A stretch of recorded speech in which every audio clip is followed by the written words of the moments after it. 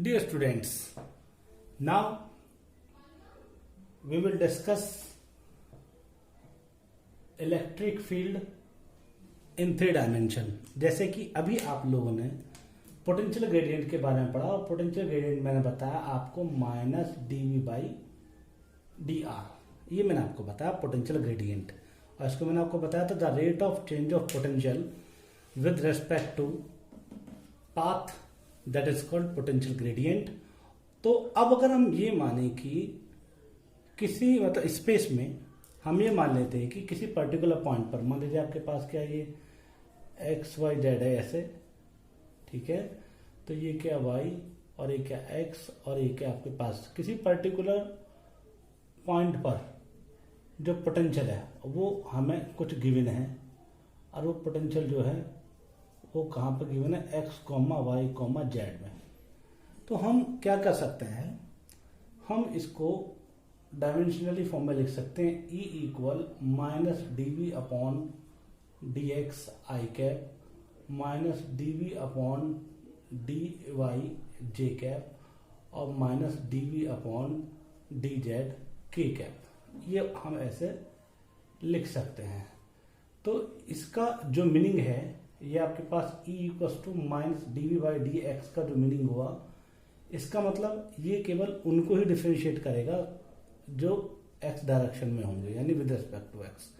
और ये किसको डिफरेंशिएट करेगा, ये डिफरेंशिएट करेगा y डायरेक्शन वाले को। तो हम इसको क्या लिख सकते हैं dv अपॉन dy, यानी कि विद रिस्पेक्ट टू y। और अगर मैं की ez की बात करता हूँ तो ez क्या होगा dv अपॉन में dz, और इसको डिफरेंशिएट करेंगे कैसे विद रिस्पेक्ट टू z। तो मैं आर्म्स लिख सकता हूँ vector E equal vector E x i cap plus vector E y j cap और plus E z vector k cap, ये मैं आराम से लिख सकता हूं। तो जो हमारे पास जो V था, V एक तो हमने पढ़ा कांस्टेंट, लेकिन अब जो हम V पढ़ने जा रहे हैं वो है आपके पास वेरिएबल पोटेंशियल फील्ड। क्या पढ़ेंगे, variable potential field, variable potential field, ये हम यहाँ पे स्टडी करेंगे। तो अगर आपके पास कोई जनरल ऐसी क्वेश्चन आ जाए तो हमें यही याद रखना है कि minus dv by dx minus dv इस तरीके से with respect to x with respect to y और विद रिस्पेक्ट टू z। तो अब मैं इसके लिए आपको एक न्यूमेरिकल देता हूं। जैसे सपोज आपके पास कोई question they they the potential at A point, कोई क्वेश्चन गिवन कर देते हैं the potential at a point, the potential at a point in space depends only upon the x coordinate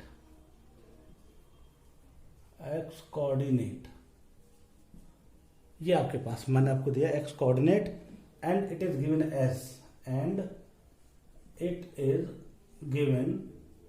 as क्या दिया हुआ है, वो दिया हुआ है v इक्वल 1000 अपॉन x और प्लस 1500 अपॉन x स्क्वायर और प्लस 500 अपॉन x क्यूब, ये आपके पास दिया हुआ है।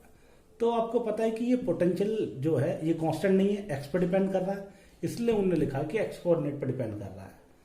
तो जब आपके पास ये आ गया तो हमें आपको ये बताना है determine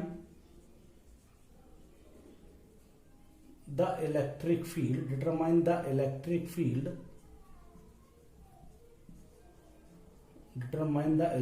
field at point where x equal 1, ऐसे बताना है। तो बेटा ये आपके पास क्वेश्चन हो गया। तो सॉल्यूशन बहुत आसान है, क्योंकि हम आपको बता चुके हैं सॉल्यूशन अगर देखेंगे तो सॉल्यूशन के लिए आपको बताया using E minus dv by dx। y की तो बात ही नहीं करेंगे क्योंकि y तो यहाँ पे क्या है y आपके पास 0 है क्योंकि केवल x में है, तो इसको i लिख दीजिए। तो हम लिख सकते हैं e इक्वल क्या लिख सकते हैं, minus d upon d x 1000 upon x, और क्या लिख सकते हैं plus 1500 sorry D by D x और 1500 अपॉन एक्स स्क्वायर और plus D by D x और क्या लिख सकते हैं 500 अपॉन एक्स क्यूब और ओवरऑल माइनस बाहर लिख देना। ठीक है बेटा, ये आपके पास आ जाएगा। अगर इसको सॉल्व करें तो e की वैल्यू क्लियरली आ जाएगा आपके पास कितनी, ये आपके पास x है तो माइनस यानी कि प्लस हो जाएगा, तो मैं इसको लिख सकता हूँ क्या, माइनस 1000 अपॉन एक्स स्क्वायर, और ये क्या आ जाएगा आपके पास माइनस 3000 अपॉन एक्स की पावर 3, और आ जाएगा माइनस 1500 अपॉन में कितना आ जाएगा x की पावर 4, ये आपके पास आ जाएगा। और x की वैल्यू क्या रहेगी आपके पास 1, क्वेश्चन में आपको गिवन है, तो यहाँ पर अगर x की वैल्यू वो पुट करोगे तो ये कितना आ जाएगा माइनस 1000 3000 और 1500, तो यानी कि ये कितना 15 और 2500, तो ये कितना आ गया आपके पास माइनस माइनस प्लस हो जाएगा, तो कितना रहेगा 5500 वोल्ट पर मीटर, और वो भी किसमें आई कैप में 5500, ये आपके पास आया वोल्ट मीटर, वो भी प्लस में, किस डायरेक्शन में, आई डायरेक्शन में। तो ये आपके पास इसका आंसर आ गया है। ठीक है बेटा, तो ऐसे अभी मैं आपको और भी क्वेश्चन दे सकता हूँ, जैसे मान लीजिए चलिए एक और क्वेश्चन हम ले लेते हैं। इस क्वेश्चन को प्लीज एक बार ध्यान से देख लीजिएगा। और हम क्वेश्चन क्या ले सकते हैं, लाइक जैसे मान लीजिए determine the electric field, determine the electric field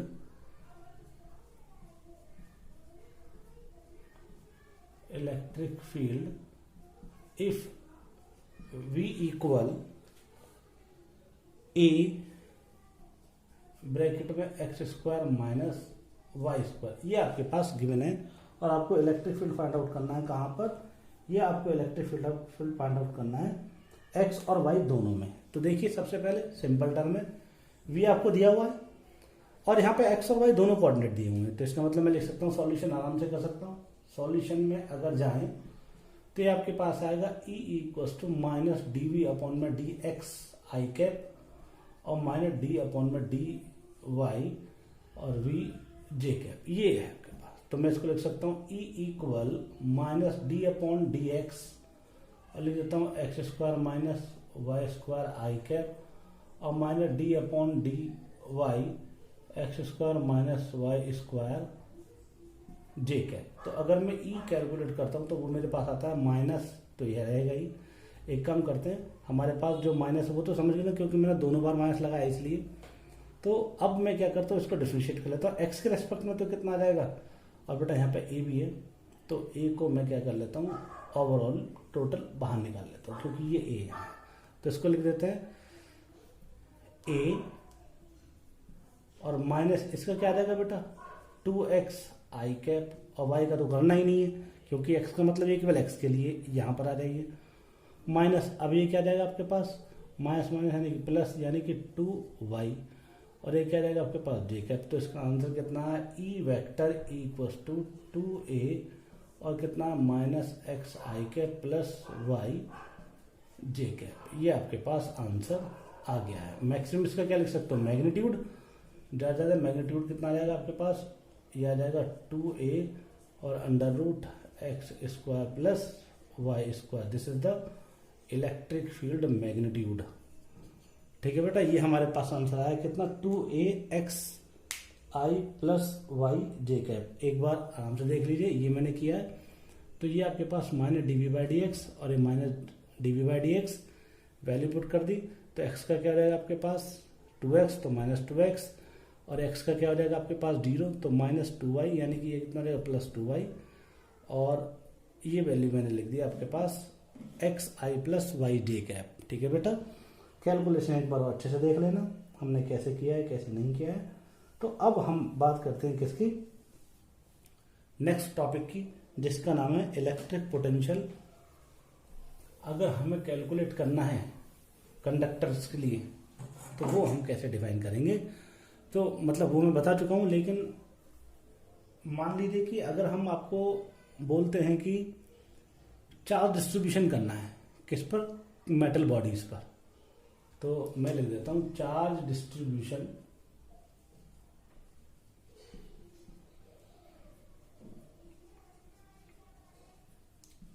on metal bodies, on metal bodies. देखिए क्या होता है, मान लीजिए कि आपके पास चार्ज डिस्ट्रीब्यूशन की बात करते हैं। अगर मान लीजिए आपके पास ये एक कंडक्टिंग बॉडी है जिसपे चार्ज ये दिया हुआ है, यूनिफॉर्मली स्प्रेड है, ठीक है, मेटल मतलब कंडक्टिंग, और एक बॉडी ऐसे दी हुई है, ये भी आपके पास यूनिफॉर्मली स्प्रेड चार्ज है इस पर। लेकिन बेटा बस हमें इसको ध्यान रखना है कि कंडीशन क्या लेकर चल रहे हैं, कि अभी हम इनके बीच में एक वायर कनेक्ट कर देते हैं। क्या कनेक्ट कर देते हैं? वायर, या एक स्विच के जरिए।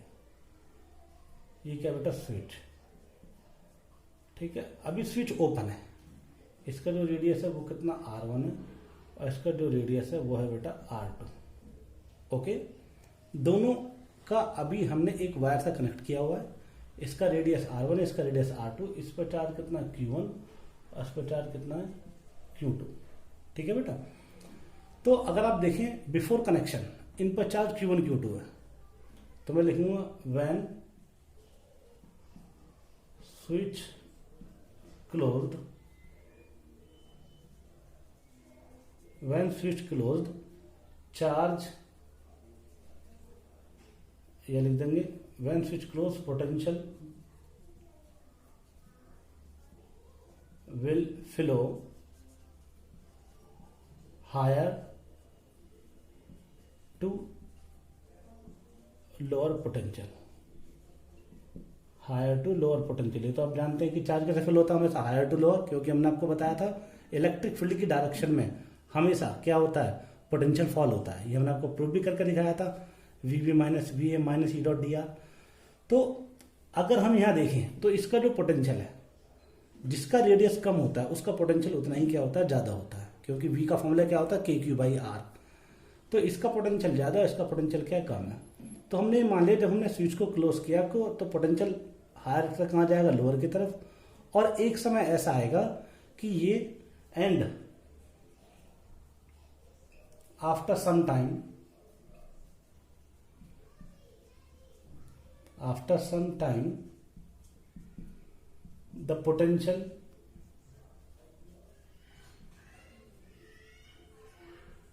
will, या potential become same। पोटेंशियल क्या हो जाएगा? सेम है, पोटेंशियल बिकम सेम दोनों पर। तो पोटेंशियल, इसका पोटेंशियल क्या हो जाएगा? V1 इक्वल टू K, ये इसका मतलब V1 K1 डैश अपॉन में R1। ये डैश क्या है? ये Q1 डैश का मतलब जब हमने पहले कनेक्शन नहीं किया था तो Q1 Q2 था, लेकिन जब कनेक्शन कर दिया है दोनों के बीच में, यानी कि स्विच को क्लोज कर दिया है, तो एक पे चार्ज Q1 डैश आ गया, तो दूसरे पे चार्ज क्या मानेंगे? Q2 dash. और मैंने आपको बताया दोनों का पोटेंशियल क्या हो जाएगा? सेम। तो मैं इसको लिख देता हूँ V2 डैश इक्वल क्या लिख देते हैं?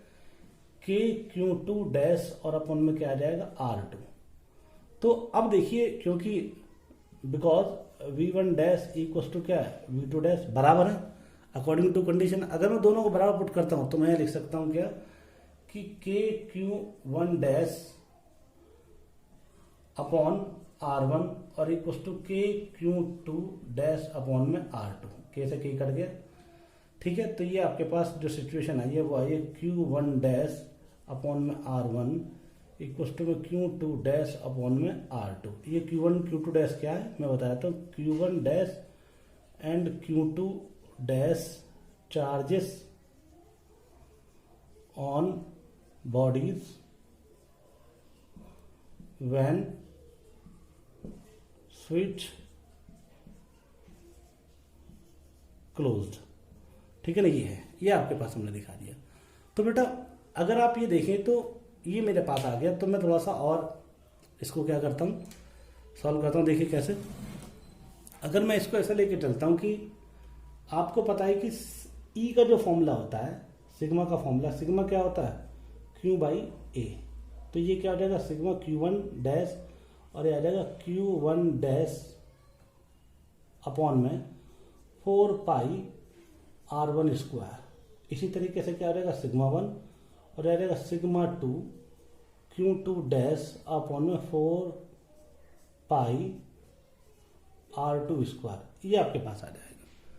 तो बेटा अगर आप देखें तो मैं Q1 डैश की वैल्यू कितनी आ जाएगी यहाँ से निकाल सकता हूँ।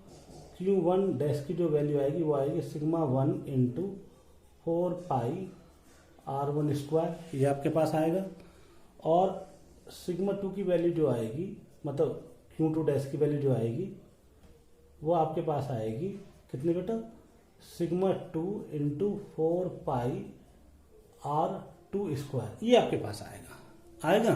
तो मैं इन दोनों वैल्यूज को यहाँ पुट कर देता हूँ। तो जब मैं दोनों वैल्यूज को यहाँ पुट करूँगा तो ये आएगा आपके पास सिग्मा 1 इंटू 4 पाई R1 का स्क्वायर और अपॉन R1, और इक्वल में कितना आएगा सिग्मा 2 इंटू 4 पाई R2 स्क्वायर अपॉन में R2, ये R1 से R1 कैंसिल, R2 से R2 और 4 पाई से 4 पाई, ये आपके पास आएगा। तो यानी कि फाइनल रिजल्ट आया sigma 1 R1 equal to sigma 2 R2, ये मेरे पास रिजल्ट आया। ठीक है बेटा, सिग्मा 1 इक्वल टू सिग्मा 2। तो मैं क्या लिख सकता हूँ, मैं ये लिख सकता हूँ यहाँ पर, अगर आप देखें सिचुएशन में तो मैं क्या लिख सकता हूँ कि सिग्मा इंटू आर बराबर क्या हो गया, एक कांस्टेंट हो गया। अगर ये सिग्मा इंटू आर कांस्टेंट हो गया तो मैं लिख सकता हूँ सिग्मा इनवर्सली 1 अपॉन आर। तो इसका मतलब क्या हुआ कि जो सिग्मा है ना वो रेडियस के इनवर्सली प्रोपोर्शनल है। और सिग्मा यहाँ पे क्या, सरफेस चार्ज डेंसिटी। सिग्मा को क्या बोलते हैं, सिग्मा को बोलते हैं surface charge density, surface charge density, जबकि आर का यहाँ पर रेडियस, क्या आर यहाँ पर रेडियस। तो इसका मतलब ये हुआ कि रेडियस अगर ज्यादा होगा तो सिग्मा की वैल्यू कम होगी। अब ये हमने सारी कहानी क्यों करी है, ये सारी कहानी हमने इसलिए करी है क्योंकि आप देखें तो ये दोनों डायग्राम में दोनों की शेप अलग अलग है। तो अब इसका सबसे बड़ा, इस कंसेप्ट का सबसे बड़ा फायदा कहाँ मिलेगा, इस कंसेप्ट का सबसे बड़ा फायदा मिलता है कब, जब हमारे पास इर्रेगुलर शेप की बॉडीज होती है। कैसी होती है, इर्रेगुलर शेप। तो अगर मान लीजिए आपके पास कुछ इस तरीके से कोई ऑब्जेक्ट आया, ऐसे इर्रेगुलर शेप की बॉडी है ये आपके पास, और ये इस पर चार्ज का यूनिफॉर्मली इस तरीके से स्प्रेड है। ठीक है बेटा, इर्रेगुलर शेप की बॉडी है ये। तो अब ऐसा तो होता ही नहीं है कि आपके पास परफेक्ट शेप की बॉडी मिल जाए कहीं। तो अगर मान लीजिए आपके पास ये इर्रेगुलर शेप की बॉडी है तो आपसे वो कभी भी ये पूछ सकता है, मान लीजिए ये पॉइंट हम कंसिडर करते हैं ए पॉइंट, और मान लीजिए ये पॉइंट कंसिडर करते हैं बी पॉइंट, मान लीजिए ये पॉइंट कंसिडर करते हैं सी पॉइंट, और मान लीजिए ये पॉइंट कंसिडर करते हैं डी पॉइंट। अब आपसे बोल सकता है कि आप ये बताइए कि ए बी सी डी में कहां पर इलेक्ट्रिक फील्ड ज्यादा होगा। तो सबसे पहले मैं आपको बता दूं कि ई का जो फॉर्मूला होता है वो होता है के क्यू अपॉन में आर, और के क्या होता है, के जब अगर हम सरफेस मतलब स्फेरिकल बॉडी की बात करते हैं और चार्ज की भी बात करते हैं तो स्फेरिकल फॉर्म ही बनाता है। तो के की वैल्यू क्या है, 1/4 pi epsilon naught r into q की वैल्यू क्या होती है, sigma into 4 pi r square. तो ये कैंसिल आउट हो जाएगा और आपके पास ध्यान से देख लीजिए ये आर स्क्वायर सॉरी, और आपके पास आ जाएगा 4 पाई, तो ये आर से आर भी कैंसिल आउट हो जाएगा। ठीक है बेटा, ध्यान से देख लीजिए मैंने क्या बोला, ई इक्वल टू कितना आया, ई इक्वल आपके पास आया कैंसिल आउट, तो यह sigma upon epsilon not, sigma upon epsilon not. तो इसका मीनिंग क्या हुआ, ये तो कांस्टेंट है, ये तो क्या बेटा कांस्टेंट है, तो ये क्या हुआ, E directly proportional to sigma. इसका मतलब क्या हुआ, जहां सिग्मा ज्यादा होगा वहां इलेक्ट्रिक फील्ड भी ज्यादा होगा, और जहां सिग्मा कम होगा वहां इलेक्ट्रिक फील्ड भी कम होगा। और अभी मैंने आपको प्रूफ करके दिखाया है कि सिग्मा आर इक्वल क्या हो, कांस्टेंट। तो सिग्मा इसका मतलब क्या है, सिग्मा यहाँ पे इनवर्सली प्रोपोर्शनल टू आर है। तब आप देखिए ये पॉइंट है, ये पॉइंट है, ये पॉइंट है, तो जब भी कभी ऐसा पॉइंट है तो वहां पे क्या बना लीजिए, रेडियस ऑफ कर्वेचर। क्या बना लीजिए, रेडियस ऑफ कर्वेचर। और यहां भी एक रेडियस ऑफ कर्वेचर बनाया, और यहां भी एक रेडियस ऑफ कर्वेचर बनाया, और यहाँ पर भी एक रेडियस ऑफ कर्वेचर बनाया। तो अगर आप देखें तो ये रेडियस ऑफ कर्वेचर यानी कि कौन, ये R1 मान लेते हैं।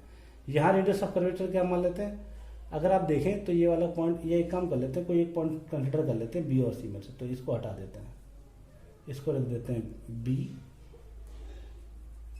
और उसको लिख देते हैं सी। ठीक है, अब आप देखो ये R1 है और यहाँ का मतलब मान लीजिए ये वाला जो रेडियस है ये क्या मान लीजिए R2 और यहाँ वाला जो रेडियस है वो क्या मान लीजिए R3 और यहाँ वाला जो रेडियस आपने माना वो क्या माना है R1। तो आपको दिख रहा होगा अच्छे से जो A पर रेडियस है R1 जो है वो सबसे छोटा है और R2 जो है वो इससे बड़ा है यानी कि R2 और सबसे बड़ा कौन है R3 है।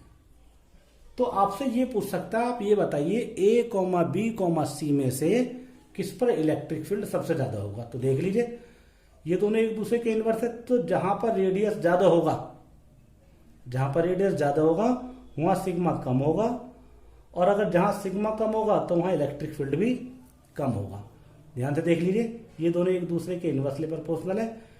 R1 अगर कम होगा तो सिग्मा 1 ज्यादा होगा और अगर सिग्मा 1 ज्यादा होगा तो इलेक्ट्रिक फील्ड भी ज्यादा होगा। तो पता लगाइए, यहाँ पहली सिचुएशन में आते हैं। तो अब देखिए R1 बहुत कम है तो इसका मतलब यहाँ पे जो EA है इसको लिख लेते हैं EA, वो सबसे ज्यादा होगा क्योंकि R1 कम है तो सिग्मा 1 ज्यादा है। तो ये के बाद उल्टा रिलेशन बनेगा EB और ये EC। ठीक है बेटा, तो इससे अलग पता लग गया A पॉइंट पे इलेक्ट्रिक फील्ड सबसे ज्यादा है, B पॉइंट पे उससे कम है और सबसे कम किस पॉइंट पर है, C पॉइंट पर है।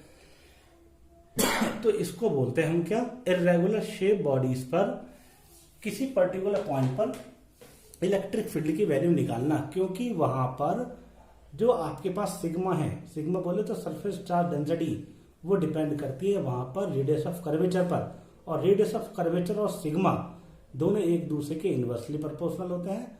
तो इसलिए हमने ये कॉन्सेप्ट यहां पर यूज किया। are separated by a small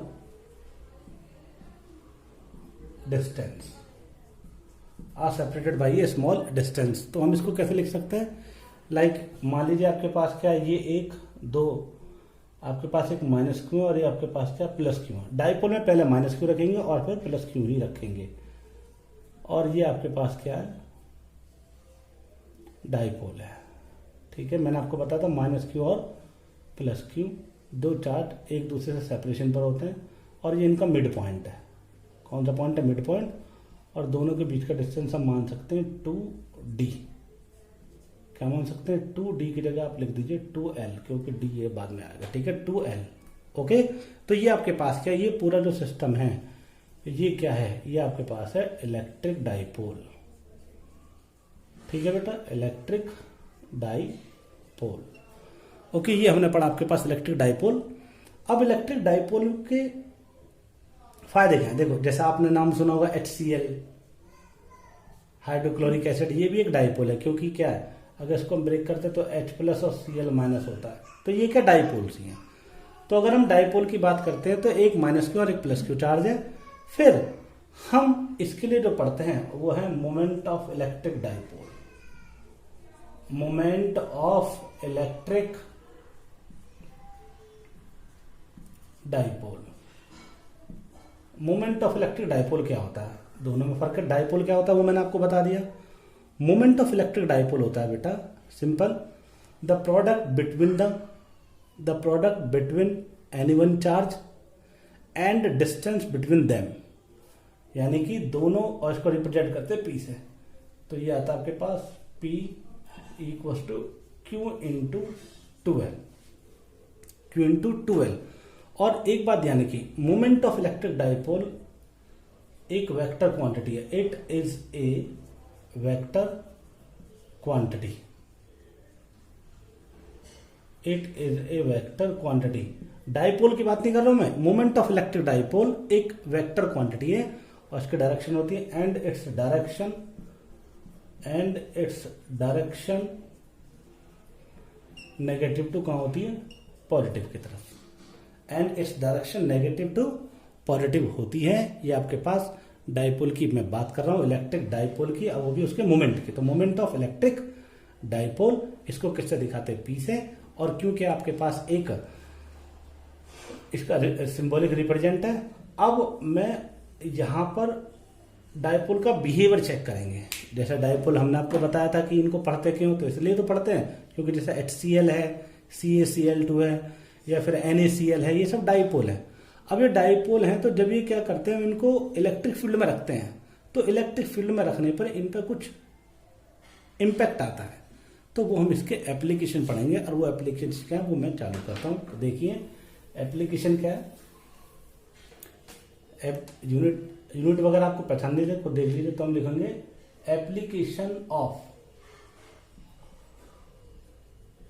application of electric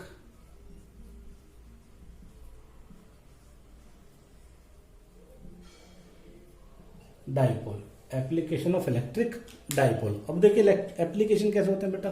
पहला एप्लीकेशन है टॉर्क ऑन इलेक्ट्रिक डाइपोल, और वो भी किसमें? In uniform electric field, यूईएफ।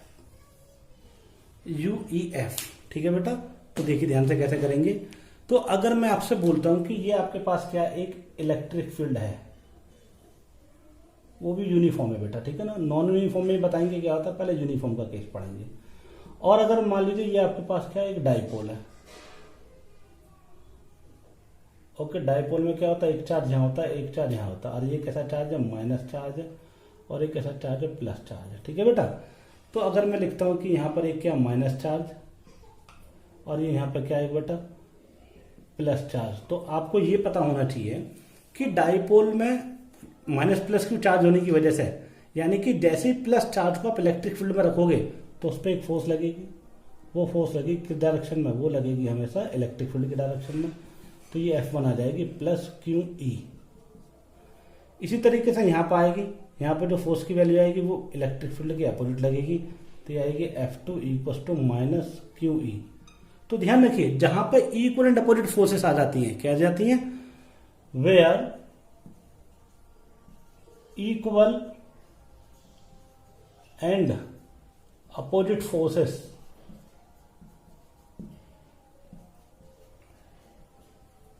are available,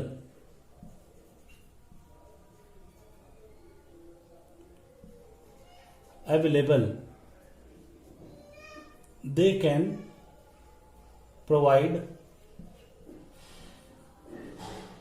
a torque, तो वो एक टॉर्क को रिप्रेजेंट कर देंगे यहाँ पर।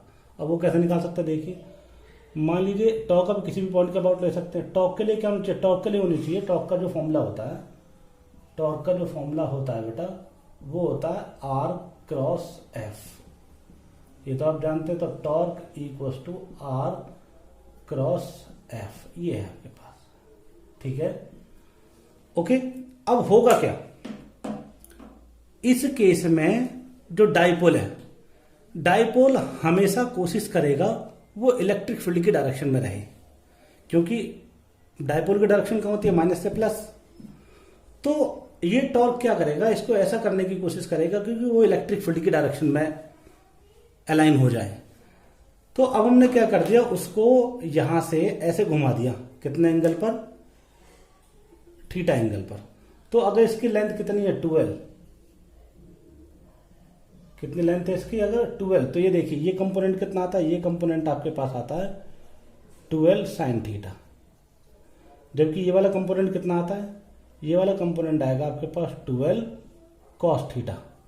जबकि आपके पास डायग्राम के अकॉर्डिंग नहीं, थ्योरी के अकॉर्डिंग जो परपेंडिकुलर होता है हमेशा, आर जो होता है वो क्या होता है? परपेंडिकुलर होता है।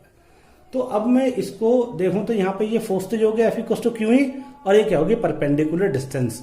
तो मैं इस लाइन के अबाउट क्या निकाल सकता हूँ? टॉर्क निकाल सकता हूँ। तो टॉर्क का फॉर्मूला क्या होता है? R cross F।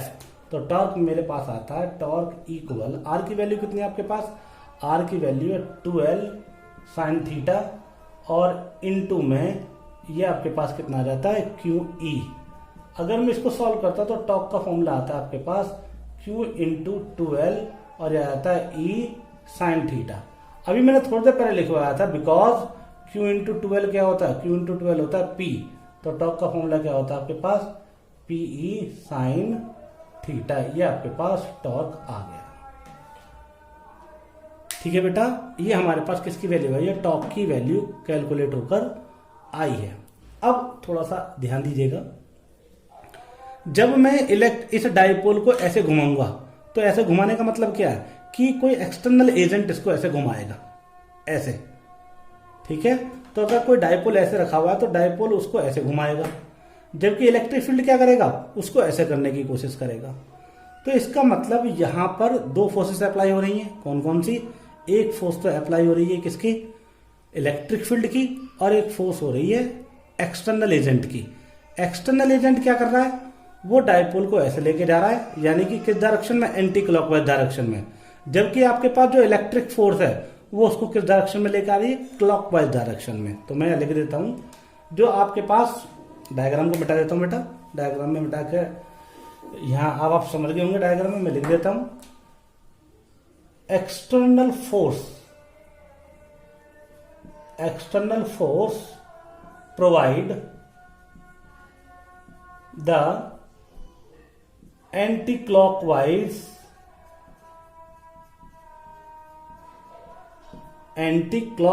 torque while electric force या इलेक्ट्रिक फील्ड फोर्स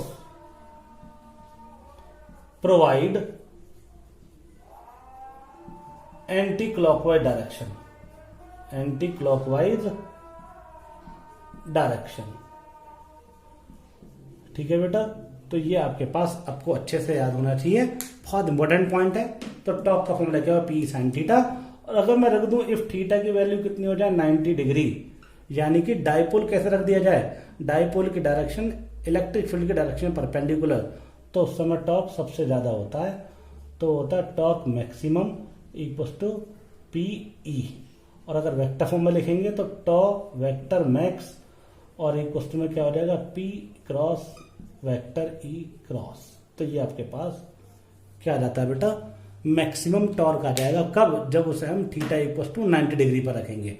और अगर हम उसको थीटा इक्वल टू 0 डिग्री पर रखेंगे तो मैं लिख देता हूं इफ थीटा इक्वल टू कितना हो जाएगा, 0 डिग्री। तो 0 डिग्री पर तो आप जानते हैं टॉर्क की वैल्यू क्या हो जाएगी, 0 हो जाएगी। यानी कि अगर वो कैसे रखा हुआ होगा, इलेक्ट्रिक फील्ड की डायरेक्शन में ही रखा हुआ होगा, तो उस पर कोई भी टॉर्क अप्लाई नहीं होगा। ये लाइन बहुत इंपॉर्टेंट है, अच्छे से ध्यान देखिए और अच्छे से पढ़िएगा, एक एक पॉइंट को नोट कीजिएगा कॉपी में, तो आपको थ्योरी में हो सकता है प्रॉब्लम ना हो। तो पहला केस हमारा हो गया एप्लीकेशन का, torque on a electric dipole in uniform electric field. अब बात करते हैं दूसरे की। तो दूसरा पॉइंट हमारे पास क्या है, दूसरा पॉइंट है बेटा, work done in rotating of dipole, किसमें, इन यूनिफॉर्म इलेक्ट्रिक फील्ड। ये हमें करना है बेटा, ठीक है, यूनिफॉर्म इलेक्ट्रिक फील्ड। अब आप देखिए, अगर मैं बात करता हूं यूनिफॉर्म इलेक्ट्रिक फील्ड में डाइपोल को लेकर, तो वो वर्क कैसे करेगा। तो देखिए, मान लीजिए कि आपके पास ये क्या, वही कंडीशन में ये क्या रख देता हूं, यूनिफॉर्म इलेक्ट्रिक फील्ड मैंने यहां शो किया हुआ है। अच्छा बेटा, अगर मैं आपसे बोलूं कि डाइपोल पहले ऐसे रखा हुआ है, ये क्या माइनस क्यू है और ये क्या प्लस क्यू है, और मान लेता हूं कि ये एंगल अभी कितना घुमा है, θ1, कितना घुमा है, θ1।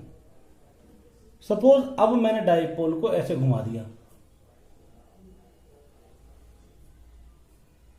यानी कि डाइपोल को मैंने वैसे घुमा दिया, ये आपके पास क्या माइनस क्यू और ये क्या बेटा आपके पास प्लस क्यू। तो ये एंगल कितना हो जाएगा आपके पास, θ2।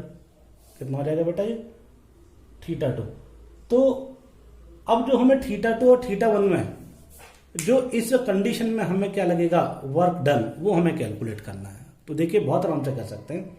अब आपको पता है, अगर मैं उसे एंटी क्लॉकवाइज घुमाऊंगा, तो एंटी क्लॉकवाइज जो घुमाएगा, एंटी क्लॉकवाइज के लिए कौन रेस्पॉन्सिबल है, एक्सटर्नल एजेंट। यानी एक्सटर्नल फोर्स। और जबकि क्लॉकवाइज के लिए कौन रेस्पॉन्सिबल है? क्लॉकवाइज के लिए रेस्पॉन्सिबल कौन है? वो है electric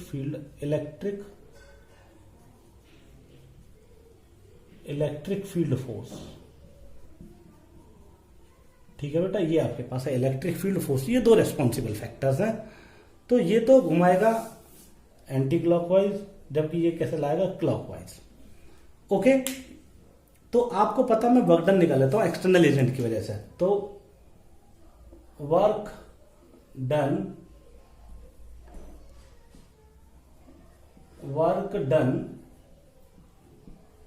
bye an external agent.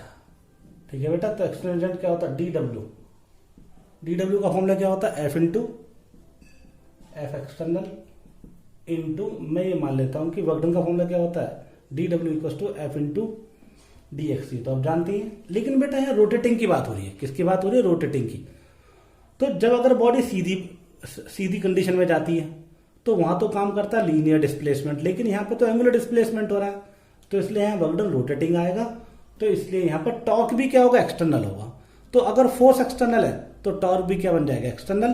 तो अगर एंटी क्लॉकवाइज टॉर्क होगा तो एक्सटर्नल टॉर्क होगा, और क्लॉकवाइज टॉर्क होगा तो वो इलेक्ट्रिक फील्ड का टॉर्क होगा। तो मैं लिख सकता हूं और अच्छे से कि डी डब्ल्यू equal to tau external into d theta.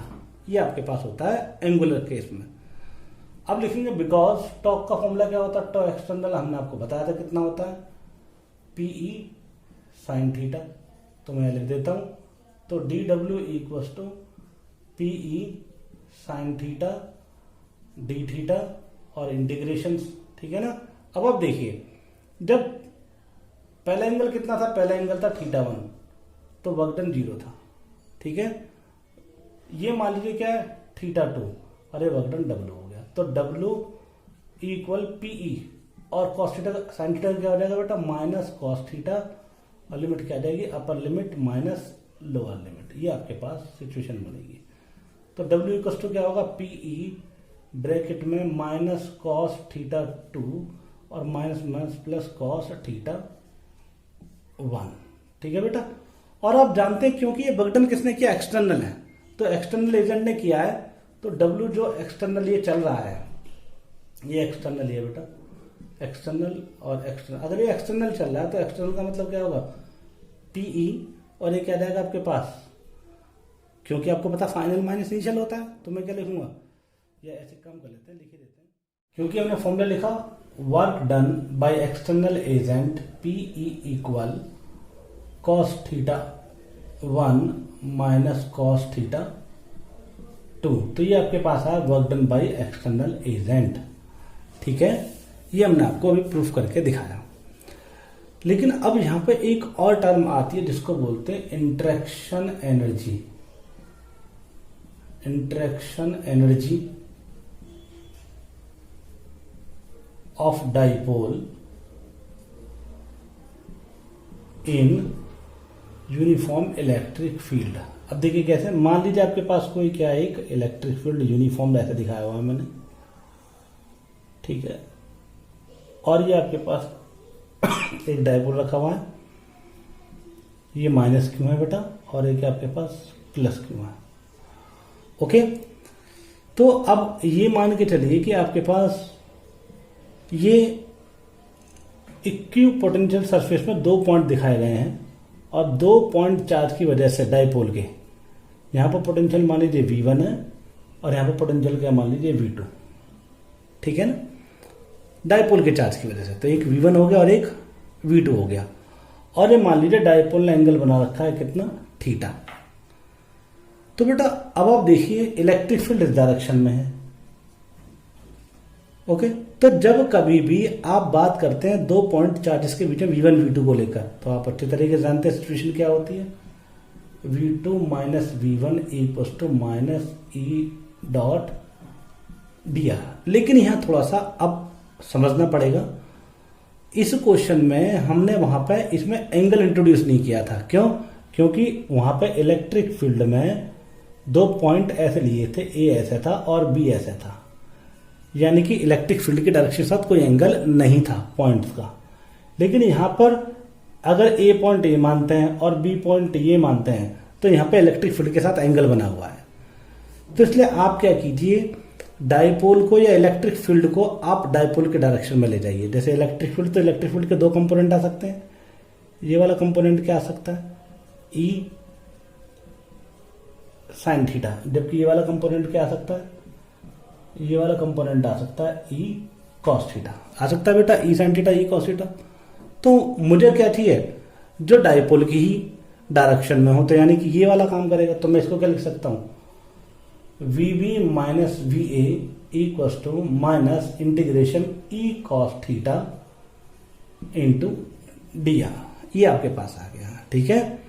चाहे तो हम इसको ऐसे भी लिख सकते हैं डायरेक्टली, वी बी माइनस के वी ए इक्वल टू, या ऐसे लिख दीजिए, sorry, v a minus v b और इक्वल में ई कॉस थीटा और इनटू में डी आर। ठीक है, डी आर क्या आपके पास, दोनों के बीच का डिस्टेंस। तो डी आर दोनों के बीच का डिस्टेंस क्या आपके पास, वो तो 2l है। तो मैं क्या लिख सकता हूं, इंटू 2l। ये आपके पास आ गया, ठीक है बेटा। अब इंटरेक्शन एनर्जी क्या होती है, इंटरेक्शन एनर्जी तो आप जानते हैं, दो पॉइंट पे, यहां पर और यहां पर। तो इंटरेक्शन एनर्जी जो होगी, यानी पोटेंशियल एनर्जी, इंटरेक्शन एनर्जी जो होगी वो आपके पास क्या होगी, U इक्वल कितनी होगी, एक नेगेटिव और एक पॉजिटिव है। तो मैं लिख सकता हूं माइनस क्यू V1 और प्लस कितना आ जाएगा, क्यू V2। क्योंकि एक नेगेटिव इंटरेक्शन एनर्जी तो मैंने आपको बताई थी, इंटरेक्शन एनर्जी का मतलब क्या होता है, अगर नेगेटिव चार्ज है तो नेगेटिव ही होगी, पोटेंशियल चार्ज, पॉजिटिव चार्ज है तो पॉजिटिव ही होगी। तो U का जो फॉर्मूला हो गया वो आपके पास आ गया, Q और V1 V2 माइनस V1। तो ये क्या हो जाएगा, VA और ये क्या हो जाएगा, VB। इसको क्या लिख सकते हैं, VB माइनस VA। तो बेटा ये आपके पास सिचुएशन आई। अब इसको मैं थोड़ा सा और सॉल्व कर सकता हूं, कैसे, इसको मैं लिख सकता हूं U equal minus Q VA minus VB। ये इक्वेशन 1 आई और ये इक्वेशन क्या है बेटा, 2 आई है मेरे पास। ये दोनों इक्वेशन आई है। अब डायग्राम में मिटा रहा हूं क्योंकि बोर्ड पर थोड़ा जगह कम है। तो डायग्राम मिटाने के साथ मैं क्या करूंगा, इन दोनों इक्वेशंस को सॉल्व कर लूंगा। तो VA माइनस VB की जगह मैं ये पुट कर दूंगा।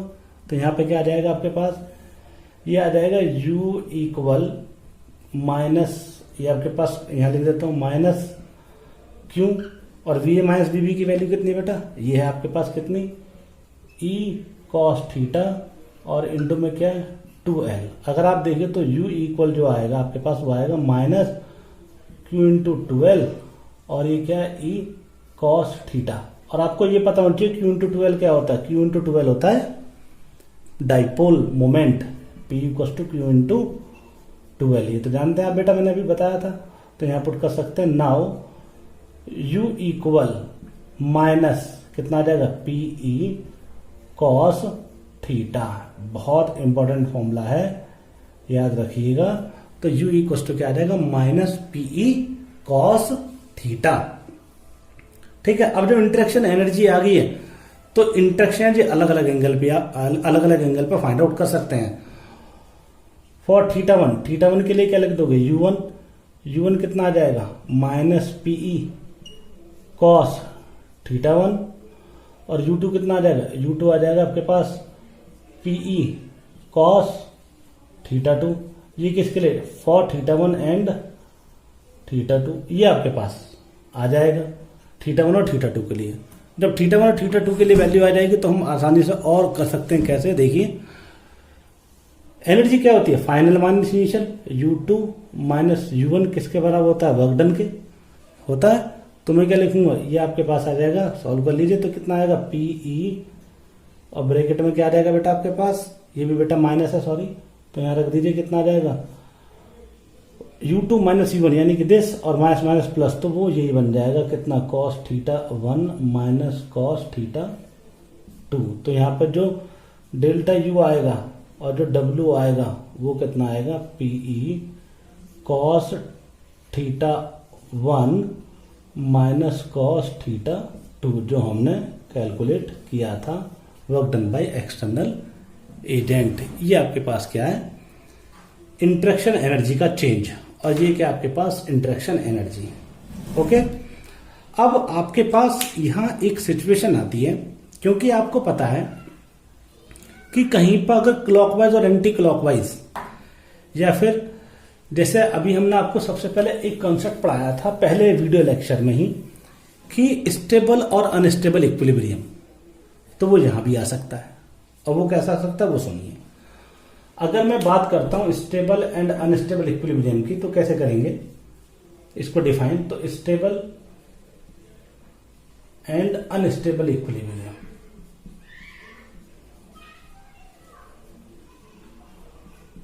ठीक है। ये मेडिकल वाले और इंजीनियरिंग वाले दोनों ध्यान से सुन लीजिए, ये हमेशा ऐसा क्वेश्चन किस में आ जाता है, ये क्वेश्चन आ जाता है एसएसएन और रीजन टाइप क्वेश्चंस में।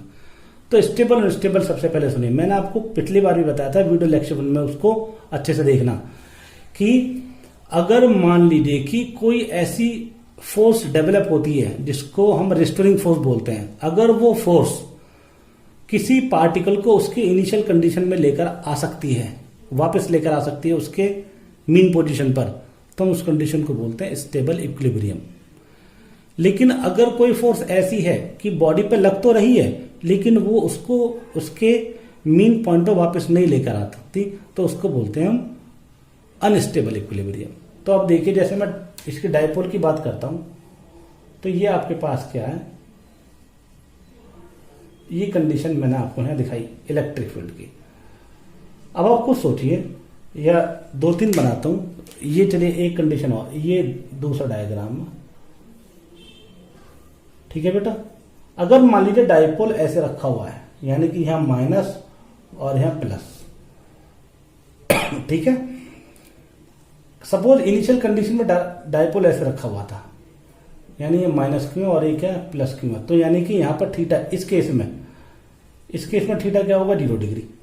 तो u की वैल्यू क्या है आपके पास, माइनस पीई कॉस थीटा। अब लिखेंगे इफ थीटा की वैल्यू क्या होगी, 0 डिग्री, क्या होगी 0 डिग्री, तो u आपके पास इस केस में होगा मैक्सिमम। तो कॉस 0 की वैल्यू क्या होगी, माइनस पीई, सॉरी u होगी आपके पास माइनस पीई, ये आपके पास आई पोटेंशियल एनर्जी। ओके, और अगर मान लीजिए मैं आपके पास बोलता हूं u equal to minus P, तो इसका मतलब जो डायपोल की डायरेक्शन है वो कहां है, माइनस से प्लस। और डायपोल चाहता भी क्या है, डायपोल यही चाहता है कि वो इलेक्ट्रिक फील्ड की डायरेक्शन के अलग हो जाए, और डायपोल की डायरेक्शन क्या है, माइनस से प्लस। तो जब इलेक्ट्रिक फील्ड की डायरेक्शन में ही डायपोल की डायरेक्शन हो जाएगी, तो इसका मीनिंग, इसको हम बोलते हैं क्या, स्टेबल कंडीशन। अब तुम बोलोगे सर स्टेबल कंडीशन के लिए तो आपने बताया था कि वहां कोई रेस्टोरिंग फोर्स होनी चाहिए, तो देखिए मैं दिखाता हूं। अगर मान लीजिए कि ये आपके पास डायपोल यहां से यहां घूम गया थीटा एंगल पर, तो आप जानते हैं थीटा एंगल पर किसने घुमाया, थीटा एंगल पर घुमाया आपको एक्सटर्नल टॉर्क ने, ठीक है ना। लेकिन मैं लिखूंगा, मैंने आपको बताया था एंटी क्लॉकवाइज डायरेक्शन में, एंटी क्लॉकवाइज में क्या होगी, एक्सटर्नल फोर्स की टॉर्क होगी, external force provide a torque, provide a torque करेगी, एंड इलेक्ट्रिक फील्ड फोर्स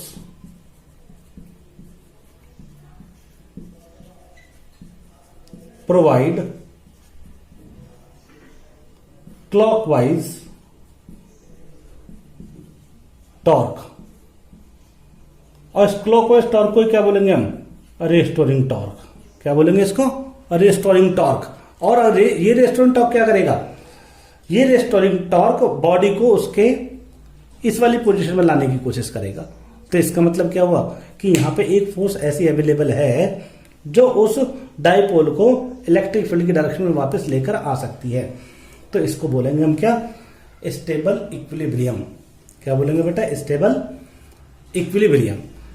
लेकिन अगर मान लीजिए डायपोल को ऐसे रख दिया जाए, यानी कि डायपोल को कैसे, लाइक देखिए ध्यान से, ये आपके पास क्या है प्लस क्यू और एक क्या माइनस क्यू, तो डायपोल को बिल्कुल उल्टा कर दिया डायरेक्शन में। इसका मतलब डायपोल की डायरेक्शन का इलेक्ट्रिक फील्ड की डायरेक्शन के साथ जो एंगल बना है वो 180 डिग्री है। कितना बेटा? वो 180 डिग्री। अगर वो 180 डिग्री है तो इसका मतलब ये हुआ तो यू की जो वैल्यू होगी यहां पर cos 180 की वैल्यू क्या होगी? -1, तो ये होगी आपके पास प्लस PE। और इस कंडीशन को बोलते हैं हम क्या? Unstable equilibrium.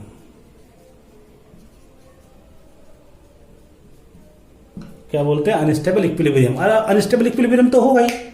अब आप सोचिए क्यों? स्टेबल तो वो किस केस में आकर होगा? स्टेबल तो वो केवल किस केस में आकर होगा? जब उसकी डायरेक्शन किसके? डायपोल की डायरेक्शन खुद इलेक्ट्रिक फील्ड की डायरेक्शन में होगी। लेकिन ये केस क्या होगा? ये केस होगा यहां पर अनस्टेबल इक्विलिब्रियम, क्योंकि इस केस में उसके पास कोई भी रेस्टोरिंग टॉर्क अवेलेबल नहीं होगा। और अगर रेस्टोरिंग टॉर्क अवेलेबल नहीं होगा तो वो हमेशा कैसी कंडीशन में रहेगा? अनस्टेबल इक्विलिब्रियम में रहेगा। तो this is the condition of stable equilibrium and this is the condition of unstable equilibrium. तो अब आपको शायद ये समझ आया हो। तो अच्छे से बहुत ही इंपॉर्टेंट पॉइंट है ये, जो आपको असेसमेंट और रीजन में पूछे जा सकते हैं।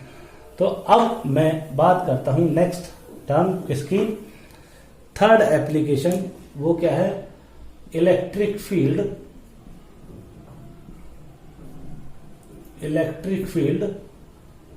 Due to an electric dipole.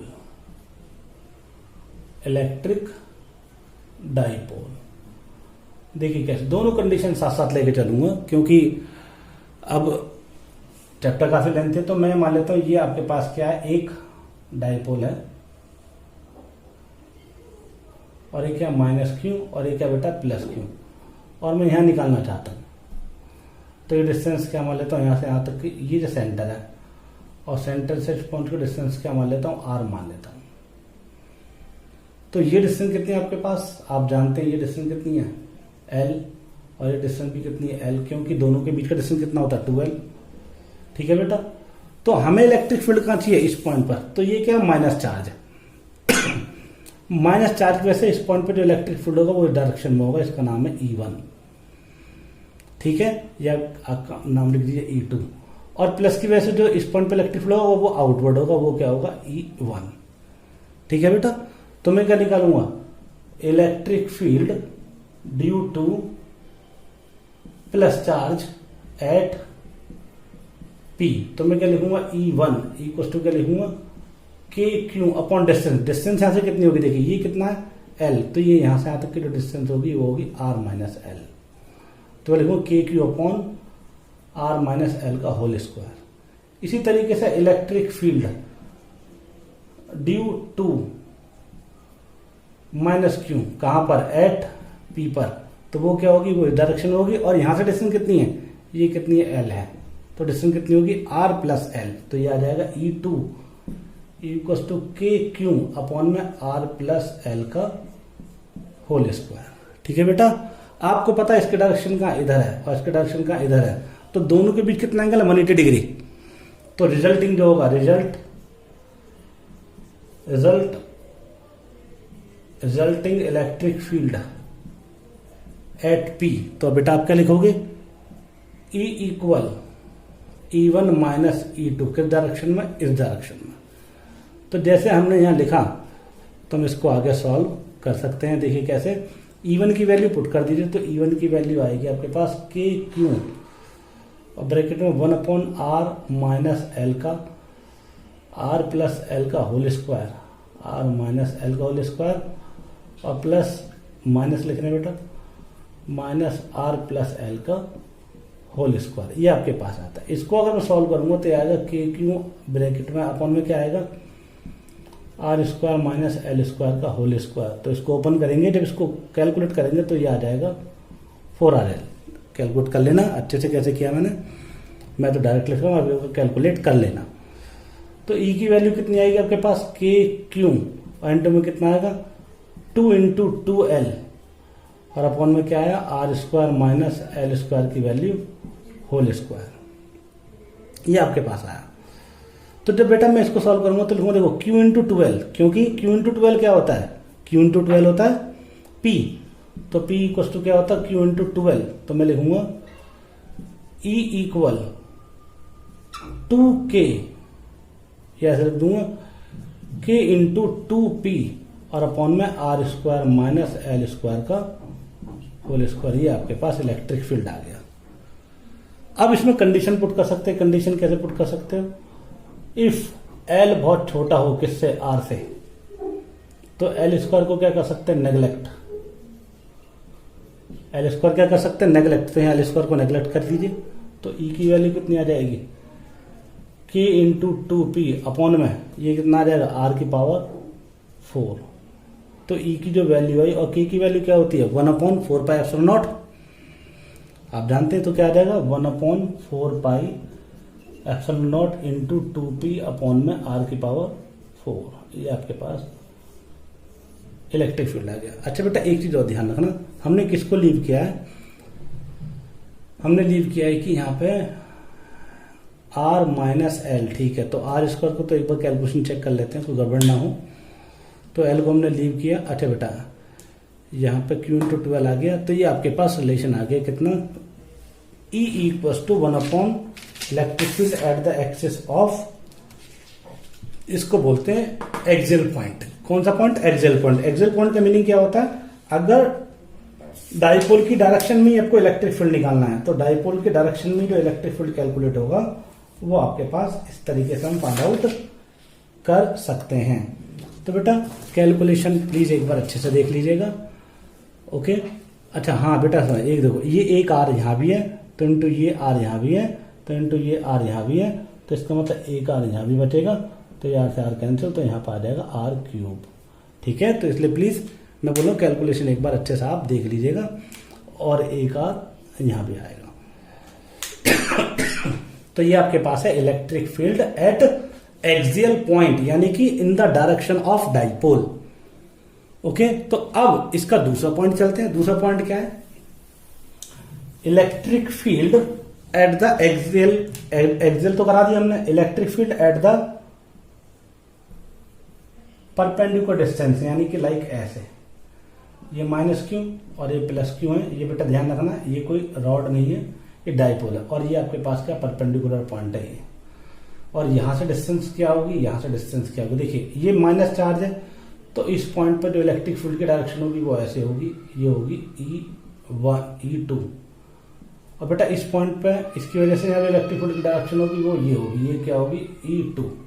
अगर आप देखें तो लाइन ऐसे ड्रॉ कर लेता हूँ मैं, ये एंगल मान लेता हूँ थीटा, तो ये क्या मान लेता हूँ आपके पास थीटा, ठीक है। और ऐसे यहाँ पर ड्रॉ कर लेता हूँ ये थीटा, तो ये भी आपके पास थीटा आएगा। तो ये कुछ ऐसी कंडीशन बन जाएगी कि यहाँ पर ऐसे और ऐसे और ऐसे, ठीक है बेटा, ये आपके पास आ जाएगा, ये एंगल थीटा, ये एंगल थीटा, तो ये आपके पास क्या E2 और ये आपके पास क्या E1। तो यहाँ पर क्या आ जाएगा E1 साइन थीटा, और यहाँ पे क्या आएगा बेटा E1 कॉस थीटा। इसी तरीके से यहाँ पे क्या आएगा आपके पास E2 साइन थीटा, और यहाँ पे क्या आएगा E2 कॉस थीटा। ये डिस्टेंस कितनी है आपके पास L/2 है, और यहाँ से यहाँ तक की जो डिस्टेंस हमने मानी थी L/2 में, सॉरी L, यहाँ से यहाँ तक की जो डिस्टेंस मानी थी वो क्या मानी थी आपके पास R, तो यहाँ भी R मान लीजिए, तो ये डिस्टेंस निकल जाएगी आपके पास। तो सबसे पहले आप ये देखिए कि अगर मैं इसको सॉल्व करता हूं तो इस डाइपोल की वजह से इसके परपेंडिकुलर बाइसेक्टर पे इलेक्ट्रिक फील्ड y वाला तो कैंसिल आउट हो जाता है, यानी कि सिग्मा y जो है इसको लिख सकता हूं EY वाला, तो क्या हो जाएगा आपके पास 0, लेकिन EX वाला 0 नहीं होगा। तो किधर होगा, वो होगा नेगेटिव एक्स एक्सिस में, इधर आ रहा है कंपोनेंट, तो मैं लिख सकता हूं नाउ, यहां से लिख देता हूं बेटा, now in negative x axis, तो क्या आएगा E equal E1 cos theta और प्लस E2 कॉस थीटा। और बेटा क्योंकि दोनों डिस्टेंस सेम है तो इसकी वजह से जो इलेक्ट्रिक फील्ड आएगा उसकी वजह से इलेक्ट्रिक फील्ड आएगा वो क्या रहेगा, सेम ही रहेगा। तो मैं क्या लिख सकता हूं E1 बराबर E2 बराबर K और Q अपॉन डिस्टेंस कितनी, डिस्टेंस का स्क्वायर ये है, यानी कि R square plus L square. ये आपके पास रूट है तो इसका होल स्क्वायर आ जाएगा, और यहां पुट कर सकते हैं। तो ये आपके पास क्या आएगा E equal K Q upon में R square plus L square, और आपके पास क्या आएगा इनटू में कॉस थीटा और 2 भी आ जाएगा। ये आपके पास आएगा। यहां से आगे चले तो ये आपके पास आएगा E equal K Q upon में R square plus L square और इंटू 2। कॉस थीटा की वैल्यू क्या होती है, बेस अपॉन हाइपोटेनस। तो कॉस थीटा क्या आपके पास, बेस तो क्या हो गया, ये हो गया, यानी एल अपॉन हाइपोटेनस हो गया ये, यानी कि R square plus L square की पावर 1/2। तो इसको सॉल्व करें तो ई की वैल्यू कितनी आ जाएगी, देखिए Q इंटू 12 क्या होता है, Q इंटू 12 तो P होता है, तो मैं लिख दूंगा K इंटू पी अपॉन में ये क्या हो जाएगा R square plus L square की पावर 3/2। ये आपके पास आ जाएगा, ठीक है ना, बिकॉज Q इंटू 12 क्या होता है बेटा P। अब लिखेंगे इफ L लेस देन क्या हो R, तो यहाँ लेस देन R कर दीजिए, तो E की वैल्यू क्या आ जाएगी K P अपॉन में, देखो इसका क्या आ जाएगा आपके पास, इसका रूट करेंगे तो क्या आ जाएगा आर स्क्वायर का रूट क्या आ जाएगा R की पावर 3 आ जाएगी। तो ये आपके पास आ जाएगी के पी। ये कौन से पॉइंट पर आया, ये आया इक्वेटोरियल, इसको बोलते हैं equatorial, by sector perpendicular by sector पर जो होता है उसको बोलते हैं इक्वेटोरियल। तो मैं ये लिख सकता हूं कि जो एक्सियल पे जो इलेक्ट्रिक फील्ड आया था, एक्सियल पर जो इलेक्ट्रिक फील्ड आया था, यानी कि एक्सियल पर जो इलेक्ट्रिक फील्ड आया था वो आया था K into 2P upon R cube. जबकि जो इक्वेटोरियल पर आया, इक्वेटोरियल बोले तो यानी कि यहां पर इक्वेटोरियल पर जो आया है वो आपके पास कितना आया है, वो आया K into P upon R cube. तो यानी कि अब इन दोनों में अगर रिलेशन निकालो तो आराम से कैलकुलेट हो सकता है, ठीक है। तो इन दोनों का यूज भी आपके पास आ सकता है। तो ये क्या है, electric field at the equatorial point due to a electric dipole, ठीक है बेटा। तो ये हमने डाइपोल कैलकुलेट कर दिया है। अब डाइपोल कैलकुलेट हो गया है इलेक्ट्रिक फील्ड डाइपोल की वजह से, तो इलेक्ट्रिक पोटेंशियल भी होता होगा डाइपोल की वजह से। तो मैं लिखता हूं electric potential due to an electric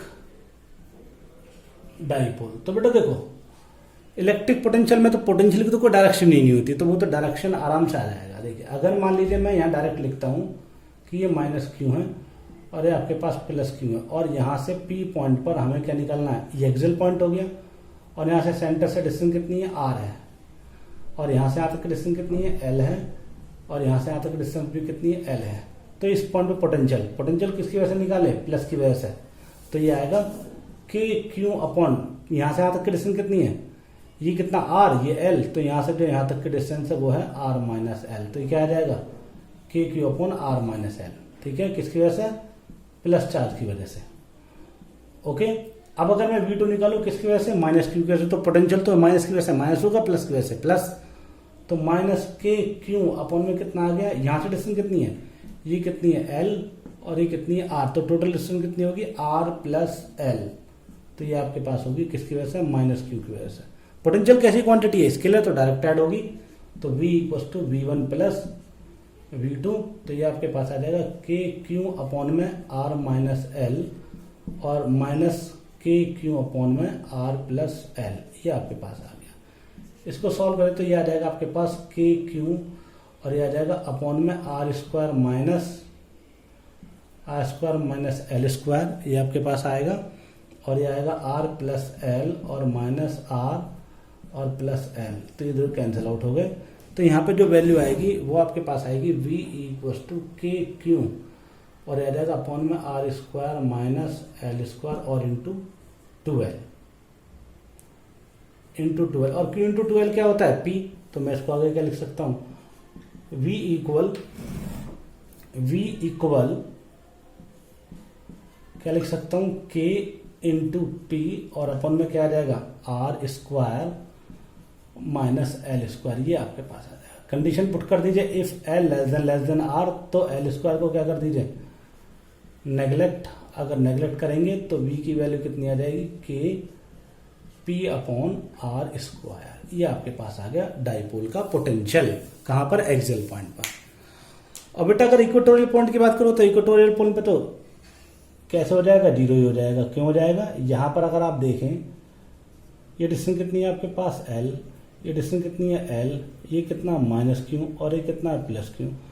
तो यहाँ पे कैलकुलेट करा, यहाँ पे कैलकुलेट करा, तो ये कितना आ रहा है। तो ये वाली जो डिस्टेंस होगी कौन सी, इसको x मान ले, इसको x मान ले, तो जो V1 आएगा यहाँ से इस पॉइंट पर, तो वो क्या आएगा माइनस के क्यू अपॉन में x, और V2 जो आएगा वो क्या आएगा प्लस के क्यू अपॉन में x। तो दोनों सेम है, तो अगर इसको सॉल्व करोगे v equals to V1 plus V2, तो दोनों सेम है, तो वो क्या आ जाएगा, जीरो आ जाएगा।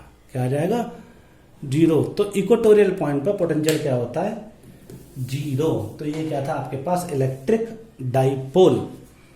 अब अगर हम इलेक्ट्रिक डाइपोल के बाद बात करते हैं, बस हमारे पास एक लास्ट टॉपिक है डाइपोल का, वो क्या है कि डाइपोल पर फोर्स की वैल्यू कैसे कैलकुलेट कर सकते हैं। ठीक है, डाइपोल पर, और वो भी किसमें, अगर इलेक्ट्रिक फील्ड वेरिएबल हो तो लिखेंगे।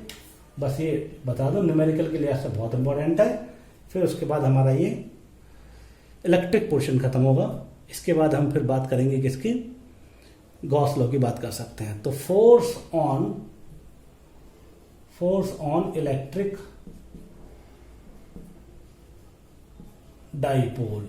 तो देखिए कैसे करेंगे। देखो फोर्स का जो फॉर्मूला होता है माइनस डी यू अपॉन में डी एक्स, ये आप जानते हैं, 11th में आपने पढ़ा होगा। F equals to minus D U by D X, जो इंडिपेंडेंट ऑफ पाथ होती है, यानी कि कंजर्वेटिव होती है। और लिखेंगे बिकॉज u की जो वैल्यू होती है वो आपके पास क्या होती है, u की वैल्यू होती है माइनस पीई कॉस थीटा। ये भी आपने पढ़ा, अभी थोड़ी देर पहले पढ़ाया था। डाइपोल पर अगर फोर्स लगानी हो तो ये u होता है। अब लिखेंगे इफ थीटा की वैल्यू क्या हो जाए 0 डिग्री, तो u की वैल्यू क्या हो जाती है माइनस पीई। ठीक है ना। तो लिखेंगे if electric field is variable, electric field कैसा हो जाए, वेरिएबल, तो हम क्या कर सकते हैं, इसको लिख सकते हैं यहां पर F equal minus d upon में डी एक्स और माइनस पीई, ये आपके पास आ सकता है। ठीक है बेटा। अब अगर आप देखो तो P तो क्या कांस्टेंट है, तो मैं लिख दूंगा F इक्वल टू, क्योंकि P तो क्या है मोमेंट ऑफ डाइपोल, तो मैं लिखूंगा माइनस माइनस प्लस, तो आ जाएगा P इंटू में, और कितना आ जाएगा डी बाई डी एक्स। अब ये ध्यान रखना डी बाई डी एक्स का मतलब एक दिस फॉर्मूला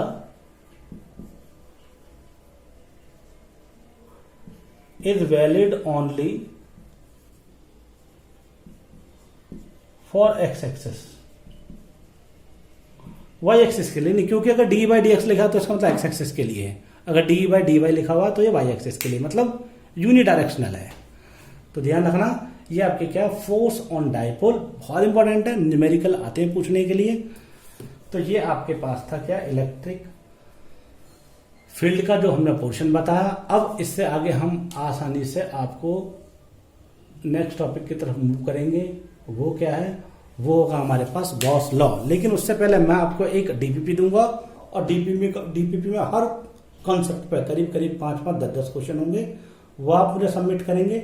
उसके बाद मैं यहां से आगे बढ़ूंगा। Thank you very much.